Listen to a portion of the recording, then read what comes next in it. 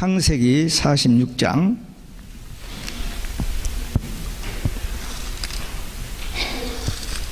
창세기 46장 28절 창세기 46장 28절부터 34절 함께 읽습니다. 야곱이 유다를 요셉에게 미리 보내어 자기를 고센으로 인도하게 하고 다 고센 땅에 이르니 요셉이 수레를 갖추고 고센으로 올라가서 아버지 이스라엘을 맞으며 그에게 보이고 그 목을 어긋맞겨 안고 얼마 동안 울매 이스라엘이 요셉에게 이르되 네가 지금까지 살아있고 내가 네 얼굴을 보았으니 지금 죽어도 가하도다. 요셉이 그 형들과 아비의 권속에게 이르되 내가 올라가서 바로에게 고하여 이르기를 가나안 땅에 있는데 형들과 내 아비의 권속이 내게로 왔는데 그들은 목자라 목축으로 업을 삼음으로 그 양과 소와 모든 소유를 이끌고 왔나이다 하리니 바로가 당신들을 불러서 너희의 업이 무엇이냐 묻거든 당신들은 고하기를 주의 종들은 어렸을 때부터 지금까지 목축하는 자이온데 우리와 우리 선조가 다 그러하나이다 하소서. 애굽 사람은 다 목축을 가증히 여기나니 당신들이 고센 땅에 거하게 되리라. 47장 11절 12절 함께 있습니다. 요셉이 바로의 명대로 그 아비와 형들에게 거할 곳을 주되 애굽의 좋은 땅 라암세스를 그들에게 주어 기업을 삼게 하고 또 아비와 형들과 아비의 온 집에 그 식구를 따라 식물을 주어 공개하였더라. 아멘. 할렐루야. 오직 예수 마라나타. 오늘도 하나님의 집에 나와 예배하는 여러분들에게 우리 아버지 하나님 은혜와 평강이 넘치시길 주 예수 그리스도 이름으로 축원합니다.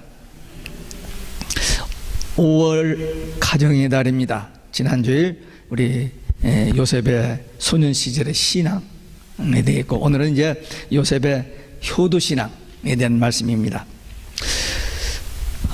위대한 신앙의 인물 창세기 열매라고 할 수 있는 요셉은 예수님의 예표이고 또 우리 신앙의 모범입니다. 요셉의 효도 신앙을 모델로 삼고 그대로 따르면 반드시 축복이 올 것을 성경은 가르쳐주고 있습니다. 그래서 오늘 요셉의 효도 신앙에 대한 말씀을 함께 나누겠습니다. 첫째, 아버지의 목을 어긋맞춰 안고 울었다 그랬습니다.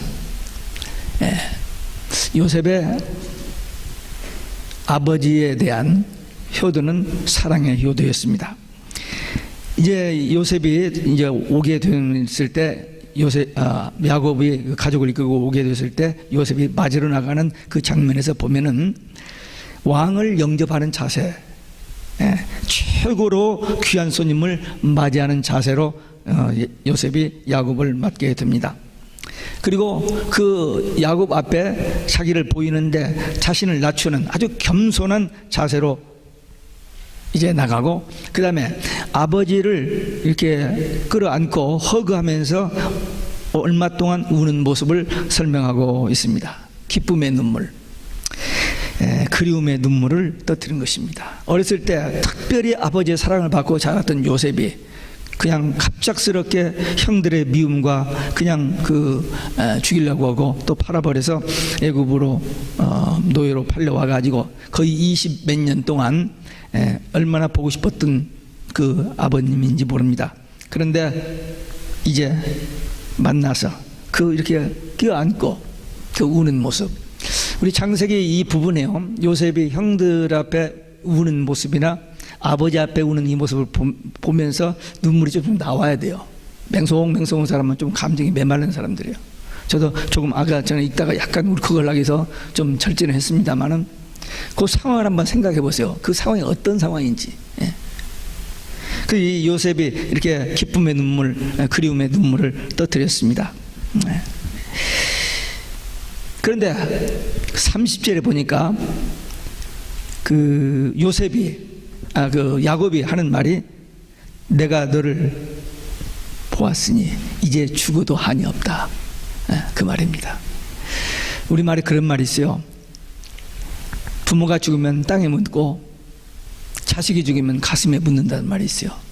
특별히 사랑하는 그 11번째 아들 요셉이 갑자기 죽어서 없어져 버렸으니 그 지난 20몇 년 동안 야곱이 얼마나 그 가슴에 아픈 슬픔을 가지고 살았겠어요. 근데 살아있는 거예요.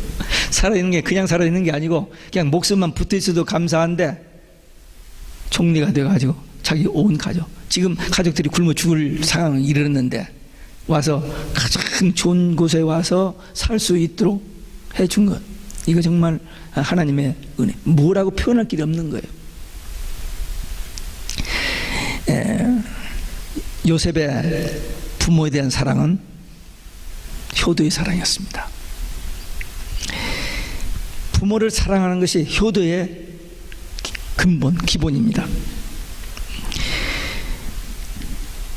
십계명, 모세를 통해서 주신 하나님의 십계명 중에 4계명은 하나님께 대한 계명이고 6계명은 인간관계에서 주는 계명인데 그 첫 번째가 부모를 공경하라. 그러면 생명의 길이라, 장수의 복, 그 다음에 영생의 복과도 연결되는 복을 하나님께서 말씀하셨습니다. 에베소서 6장 2절에 보면은 부모를 공경하는 것은 약속 있는 첫 계명이라고 그랬습니다. 공경, 축복의 통로입니다. 이 땅에서 잘되고 장수하는 길이, 또 천국에 가서도 상 받고 위로받을 수 있는 참 좋은 거예요. 마땅히 해야 할 일입니다. 이 효도한 요셉, 땅에서 잘된 자녀의 대표적인 모델 중에 하나입니다. 성경에 잘된 사람들이 많이 있습니다. 근데 이 요셉 대표적인 모델 중에 하나예요. 근데 반대로 창세기 10장에 보면은 노아의 세 아들이 있는데 둘째 아들 함이 노아의 저주를 받습니다. 불효했기 때문에. 그래서 아프리카에 조상이 됐어요. 또 사무엘하 18장에 보면은 다윗의 셋째 아들 압살롬이라는 아들이 있는데 너무 잘생겼어요. 미남이었습니다. 근데 이것이 잘못돼 가지고 자기 형 암논의 동생을 강간해서 암논이 그 압살롬의 동생을 강간해서 압살롬이 그 형 암논을 죽여버렸습니다. 그래서 이제 도망갔어요. 도망갔는데 다윗이 불쌍히 여기서 다시 돌아오게 해서 용서해 줬어요. 근데 이게 반역을 일으킨 거예요. 왕이 되고 싶어서. 다윗의 아들들이 많았거든요. 근데 이게 잘생긴 거 그걸 팔아가지고 그냥 이렇게 작업을 해가지고는 왕이 되려고 반란을 일으켰어요. 그래서 다윗이 정말 비참하게 신발도 신지 못하고 울면서 도망나갑니다. 겨우 도망나가서 정신을 차려가지고 이제 다시 이렇게 수습을 해서 이제 막 싸움을 벌리는데 이 압살롬이 도망가다가 이 머리가 나무 가지에 걸려버렸어요. 그 밑에 말은 빠져나가고 대롱대롱 달려있는데 요압이 와서 단칼로 죽여버렸습니다. 비참한 말로를 가져왔어요. 불효자식. 출애굽기 21장에 보면은 부모를 저주하는 자는 반드시 죽이라고 그랬어요. 좀 잔인하다고 생각하는지 모르지만 부모에게 잘못하는 자는 죽여버리라고 그랬어요. 그리고 신명기 27장 16절에 보면 부모를 경휼히 여기는 자는 저주할 것이요 백성들은 아멘 아멘 하라고 그랬어요. 그만큼 하나님께서는 부모 공경을 중요하게 여기셨습니다. 왜? 하나님의 모든 복이 부모를 통해서 주시는데 그 부모를 공경하지 못하면 어떻게 보이지 않는 하나님을 공경할 수 있겠느냐는 거죠. 오늘 본문의 요셉은 부모를 사랑하는 마음으로 효도한 아름다운 모습을 오늘 우리에게 보여주면서 오늘 이 말씀은 옛날에 지금 한 3,500년 전에 있었던 소설이 아니고 오늘 이 말씀을 통해서 우리에게 하나님이 직접 음성으로 들려주는 말씀을 우리는 아멘으로 받고 우리 부모에게 효도하는 그런 신앙을 가져야 될 줄로 믿습니다. 두 번째, 형들에게 거주할 곳을 주었습니다. 형제 우애를 통해서 이제 효도를 했습니다. 야곱이 이제 도착해서 바로에게 소개를 하고 또 바로의 허락을 받아서 이 야곱과 그 요셉의 형들이 살 수 있는 땅을 고센 땅, 나일강 삼각지 동남쪽에 있는 가장 비옥한 땅, 목축에 아주 적격인 그 땅을 이제 이 가족에게 주어서 정착하게 했습니다. 요셉이 형들에 대한 미움이 전혀 없었습니다. 처음에 자기를 미워해서 물 없는 구덩이에 던졌고 죽이려다가 거기다 던지려다가 팔아먹고 해서 그 과정에서 애굽에 와서 종살이 할 때 이 모든 과정에서 형들을 조금이라도 미워하는 마음이 없었습니다. 왜 그랬을까요? 요셉은 꿈을 꾸었어요. 비전이 있었습니다. 그 꿈이 이루어질 것을 믿었어요. 지금 내가 이렇게 고난을 받고 있지만 분명히 어느 때가 되면은 11 곡식단이 자기에게 절을 하는 그 꿈이 이루어질 것을 믿었기 때문에 조금도, 그리고 나중에 그 곡식 사러 왔을 때 형들에게 자기를 나타냈을 때 그들을 미워하고 죽이고 원수 갚은 마음이 하나도 없었어요. 그 형들 앞에서 껴안고 울지 않아요. 사랑입니다. 사랑. 그리고 그 형들이 무서워서 벌벌 떨 때 당신들이 나를 팔았으므로 두려워하지 마소서. 하나님께서 나를 미리 보내셨습니다. 그러니까 형들이 배반하지 않았으면 요셉이 궁충도 못 들은 거잖아요. 그 과정은 힘들었지만 하나님의 계획 속에서 이루어진 일이에요. 근데 이 요셉은 그걸 미리 알았던 거예요. 꿈을 통해서 그 비전을 가졌기 때문에. 그래서 형들을 미워하는 마음도 없었고 그 자기 앞에서 머리 숙일 때 이놈들 이러지도 않았습니다. 지금 아버지를 만났을 때도 정말 극진한 정성을 다해서, 그리고 형들에게도 정말 자기 골육이잖아요. 아버지의 피를 받은 한 몸과 같은 그런 골육이기 때문에 또 신앙 가지고 있고 하나님이 주시는 그 믿음으로 미워하지 않고, 이 형제 우애는 부모의 효도입니다. 형제들이 싸우면 부모 마음을 얼마나 아프게 하는 건지 몰라요. 형제들이 우애하고 사는 것은 부모를 기쁘시게 하는 겁니다. 우리 성도들이 싸우지 않고 화목하고 사는 것은 하나님 아버지를 기쁘시게 하는 거예요. 그게 하나님께 효도하는 거예요. 우리 지금 여기는 나이 드신 분들이 많죠. 그래서 부모님들이 다 가신 분들이 많아요. 우리 지금 뭐 매년 효도신앙 설교해도 효도할 사람들이 없잖아요. 그 길이 딱 하나 있어요. 하나님 잘 섬기고 하나님 말씀 잘 믿고 하면 그게 하나님을 경외하는 것이고 부모에게 효도하는 그런 맥이 같아요.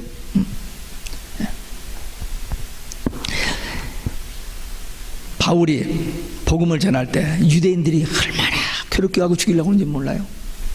그런데도 바울은 그들이 구원받기를 위해서 눈물을 흘리면서 그 고난을 이겨내면서 그들을 위해서 기도하고 그들에게 복음을 전합니다. 왜? 골육 친척이기 때문에, 한 동족이기 때문에, 사랑으로. 예수님 우리 위해서 죽으셨잖아요. 그 신앙 때문에 바울도 그렇게 자기를 괴롭히는데도 불구하고 그들을 위해서 희생하며 그들을 위해서 기도하며 그들에게 복음을 전하는 모습을 봅니다. 예수님께서 마태복음 19장에 보면은 부자 청년이 와서 어떻게 영생을 얻습니까? 영생에 대한 질문을 했을 때 여러 가지 말씀 중에 부모를 공경하고 이웃을 사랑하는 말씀을 하셨습니다. 부모 공경, 이웃사랑이 영생 조건이 됩니다. 구원, 천국 가는. 그러니까 부모를 함부로 하고도 신앙에 좋아서 구원받은 사람은 거의 없어요. 바른 신앙을 가진 사람은 성경을 믿고 성경을 아는 리얼 크리스찬은 절대로 부모한테 함부로 할 수 없어요. 돈 때문에 죽이고 유산 상속 때문에 형제들끼리 그건 다 가짜들이지. 진짜 리얼 크리스찬은 그런 일이 있을 수 없습니다. 성경에만 그런 게 아니고 고전에 보면은 옛날부터 이런 그 좋은 그 교훈이라든지 이런 그 윤리 도덕 이런 데서도 부모 공경은 아주 절대적인 것으로 말하고 있습니다. 지금 근데 이 세상이 지금 막가는 판입니다. 너무 험한 세상이 됐어요. 아무리 세상이 막가는 판이라 해도 우리는 예수 믿는 사람들은, 성경을 믿는 사람들은 부모에게 효도하는 것이 하나님의 뜻이요 하나님의 복받는 비결이라는 것을 잊지 말고 기억해서 그대로 실천하면 됩니다. 여기 형들에게 거주할 땅을 준 것은 형제 우애입니다. 우리 형제들 중에 사이가 좋은 형제도 있고 좀 못마땅한 형제도 있고 좀 나를 그냥 사사건건이 괴롭히는 형제들이 있을 수도 있습니다. 여기는 그런 분이 없겠습니다만, 그러나 그들을 이 요셉처럼 미워하거나 섭섭하거나 하지 말고 그냥 부족해서 그런다, 나로 하여금 더 사랑해서 그들이 정말 바른 인생을 살아가고 하나님의 복을 받도록 한다는 그 큰 사명을 가지고 형제들을 더 위하는, 그래서 이렇게 부모 사랑하며 형제들과 우애하면서 이렇게 효도를 하면은 땅에서 잘 되는, 이게 약속 있는 계명이니까 잘 되고 천국 가서도 위로받고 상급 받는다는 거 잊지 마시기 바랍니다. 효도, 사랑 이런 것은 받는 것보다 주는 거예요. 아까 애들한테 물었는데 그 답이 안 나왔는데 사랑은 주는 겁니다. 우리가 하나님의 사랑을 받았어요. 그래서 우리가 줄 수 있는 겁니다. 내게 무슨 사랑이 있어요? 하나님 우리를 사랑하셨기 때문에 그 사랑이 우리에게 있으니까 이것을 가지고 부부간에 자식간에 사랑 다 마찬가지예요. 우리가 하나님께로 받았기 때문에 그 사랑이 우리 안에 있기 때문에 줄 수 있는 거지, 하나님께로부터 사랑을 받지 못했고 깨닫지 못해서 그 사랑이 내 마음에 없으면 어떻게 줘요? 주고 싶어도 줄 수가 없는 거죠. 그래서 우리는 하나님의 사랑을 먼저 받았어요. 그러니까 부모에게나 자녀에게나 이웃에게나 원수까지도 우애하고 사랑을 베푸는, 그것이 복받는 비결이요, 그게 천국 가는 비결이라는 겁니다. 끝으로 요셉은 아버지를 봉양하였습니다. 이 공개라는 말은 히브리 말로 살찌게 하다, 기르다 그런 말이에요. 그러니까 어떻게 보면 부모가 자식에게 하는 그런 언어입니다. 그러니까 우리가 부모를 공개한다는 말은 뭐냐, 부모가 자식을 사랑하듯이 자식을 키울 때 그 애쓰는 것처럼 부모에게도 그렇게 해야 한다는 거예요. 우리가 받았으니까 그렇게 해야 한다는 겁니다. 하나님 우리를 사랑하셨기 때문에 우리도 하나님을 사랑하는 것처럼 부모가 우리에게 그렇게 정성, 지극정성을 다해서 키웠으니까 우리도 부모에게 그렇게 해야 한다는 그런 의미입니다. 요셉은 국무총리입니다. 엄청나게 바쁩니다. 조그마한 동네 반장만 돼도 바쁜데 대국의 총리, 그냥 단순히 정치만 하는 게 아니야. 지금 흉년이 들어가지고 다 사람들이 굶어 죽어가는 판이에요. 그러니까 그들을 안 굶어 죽도록 관리하는 이 엄청난 일을 하는 바쁜 그 요셉이지만 부모를 공양했다, 공개했다는 겁니다. 이 말이 그냥 들어간 게 아닙니다. 형들 서로 잘났다고 서로 그냥 시기 질투하는 그 형들이거든요. 근데 그 형들 피스하면서 서로 도우면서 아버지 잘 모시고 살 수 있도록 다 조치를 하고 뒷바라지를 이 요셉이 했던 겁니다. 우리가 부모들이 우리를 얼마나 애지중지하는지 정말 그 희생적인 부모의 사랑을 받은 저희들입니다. 제가 우리 막내딸이 한 3살, 4살 정도 됐을 거예요 아마. 근데 주사를 맞은, 페니실린 주사를 맞아서 잘못 그 약의 부작용으로 애가 갑자기 걷지를 못하는 거예요. 제가 인생에서 가장 많이 울었습니다. 그때 한 일주일 동안 그랬는데 그런 말 있잖아요. 차라리 나를, 그런 기도도 해봤어요 저도. 근데 일주일 후에 그 아이가 걸었을 때 저기서 걸어오는데 얼마나 놀랐는지 그 껴안고 울었던 기억이 납니다.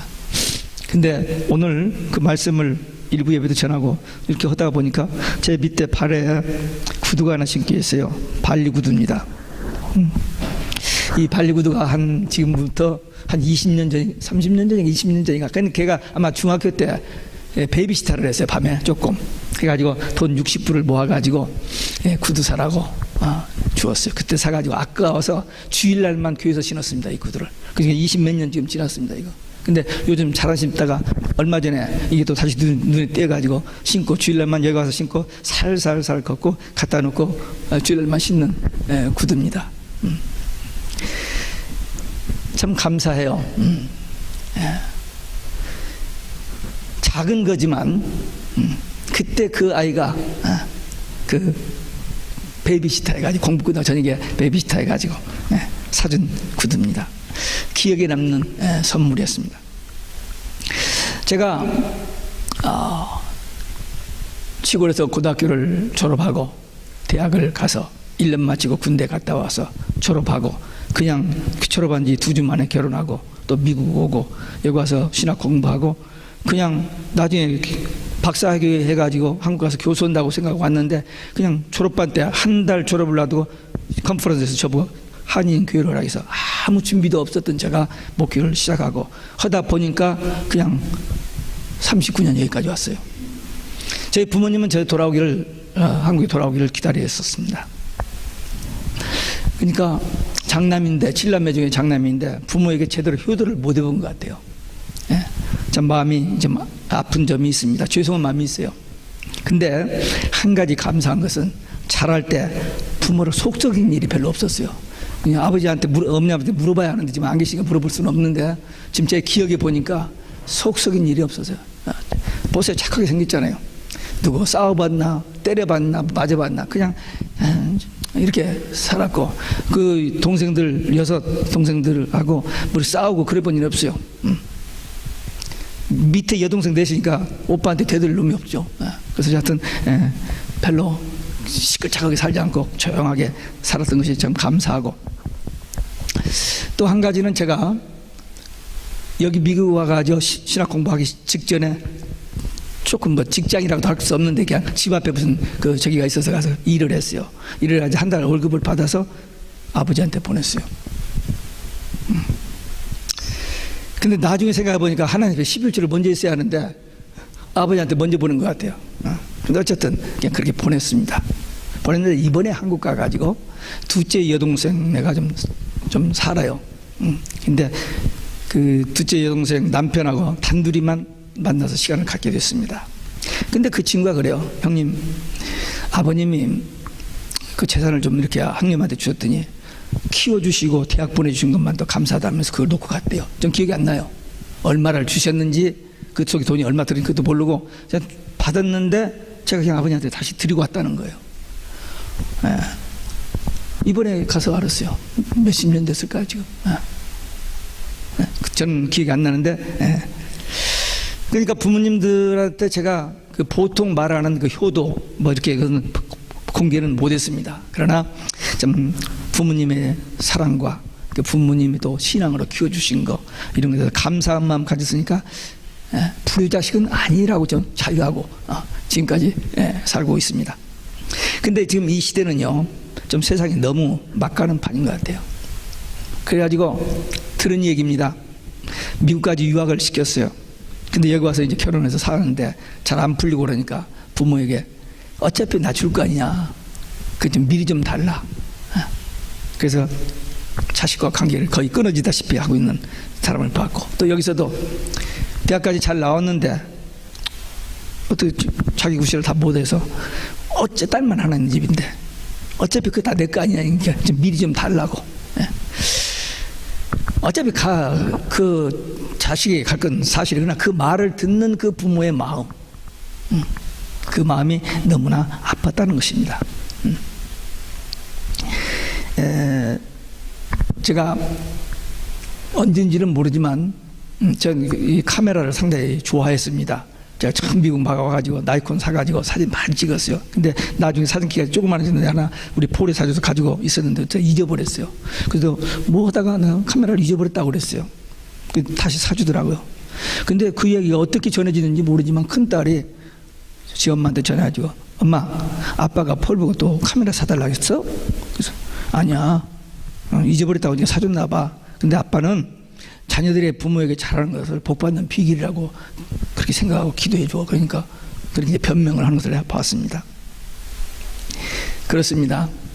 아까 우리 막내딸이 발리 구두 얘기한 것처럼 이 카메라에 그 별거 아니에요. 제가 그렇게 가난한 사람 아니거든요. 근데 그런 그 태도, 그런 것들이 두고두고 마음에 남아있는 좋은 메모리가 돼요. 그게 블레싱이 되죠. 그렇습니다. 하나님께 우리가 신앙생활은 예배생활을 보고 하나님이 블레싱을 합니다. 부모가 자식에게 블레싱을 합니다. 목사도 교인들이 블레싱을 해요. 그냥 속썩이고 말썽 피우는 사람은 아무리 그를 위해서 기도하면서 용서 사랑해도 그것과 하는 일마다 참 복되게 믿음으로 하면 그냥 블레싱이 가지는 거예요. 그래서 우리가 하나님 앞에 예물 무슨 바치는 그게 아니고 받은 거 은혜에 감사해서 기쁨으로 드리는 거, 그건 하나님이 더 주십니다. 그게 원리예요. 성경의 원리. 그러니까 우리가 부모에게 이미 받았어요. 뭐가 비교할 수 없는, 하나님께서 우리 주신 그 은혜 사랑, 어떤 것과 비교할 수 없는 것처럼 부모가 우리에게 베푸신 그 은혜와 사랑, 어떤 것 비교할 수 없이 많이 받았어요. 그러니까 조금만, 많이 아니에요. 부모가 부족해서 많이 요구하는 것도 아니에요. 조금만 사랑으로, 감사함으로 이렇게 부모를 공경하면은 부모님은 얼마나 행복하고 그 자식들을 마음껏 축복할 거 아니에요. 이게 비밀입니다. 성경의 비밀. 근데 오늘날은 너무, 그래서 요즘 시대 부모들은요, 혼자 살기를 원한대요. 자식 가장 무섭다고. 서강대 교수가 자식 조심이라는 말을 유튜브를 통해서 한 얘기를 며칠 전에 제가 들었습니다. 재산 물려주는 거 자식 버리는 일이라고 그랬던. 한국의 유명한 부자 하나도 자기 자식들 어리면 택시업이라도 하도록 그건 도와줄 수 있지만 재산은 자기 자식이 안 준다는 그런 말을 했다는 얘기를 들었습니다. 지금 자식들에게는 부모가 귀찮은 존재가 되어 있어요. 그런데 지금 그나마도 어떤 관계를 깨트리지 않으려고 부모들이 얼마나 조심조심해서 사는지 몰라요. 세상은 그렇게 막가는 판으로 간다 할지라도 우리 믿는 성도들은 그런 풍조 따르지 말고 성경대로 하나님을 사랑하고 이웃을 사랑하는 말씀, 하나님을 경외하는 만큼 하나님께서 복 주신다는 약속, 부모에게 하는 것이 곧 하나님께 하는 것과 같다는 이 성경의 약속을 붙들고 해야 돼요. 만약에 부모님이 이미 다 가시고 안 계신다면 어떻게 해야 돼요? 하나님 앞에 하는 거예요. 하나님 앞에 더 이전보다 더 성경을 보고 기도하고 예배 생활을 더 전심으로 하게 되면 부모에게 못한 그 효도가 하나님을 통해서 탕감되어지는 그런 역사가 있지 않을까, 그렇게 믿어집니다. 그래서 여러분, 그리고 주위에 나이 드신 분들, 나이 드신 분들에게 잘하는 게 참 좋습니다. 가다가 좀 적인 사람이 그냥 지나지 말고, 그 주위에 어떤 분이 좀 어려운 일이 있으면 그냥 지나지 말고 부모님한테 하는 그런 마음으로 좀 도와주는 거. 하나님은 그건 전부 체크해놔요. 이렇게 다 기록됩니다. 기념책에 다 기록돼요. 나중에 상급 받는데 어떻게 상급 받느냐? 주의 이름으로 어린 소자에게 냉수 한 그릇 준 그 상을 결단코 잊지 않는다고 그랬어요.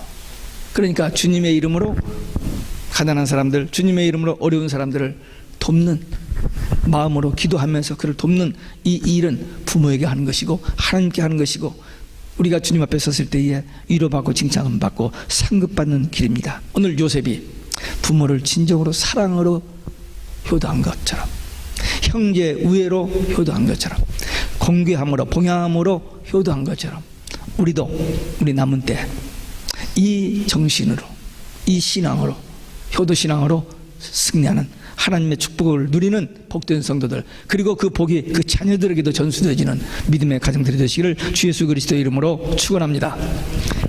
기도하겠습니다.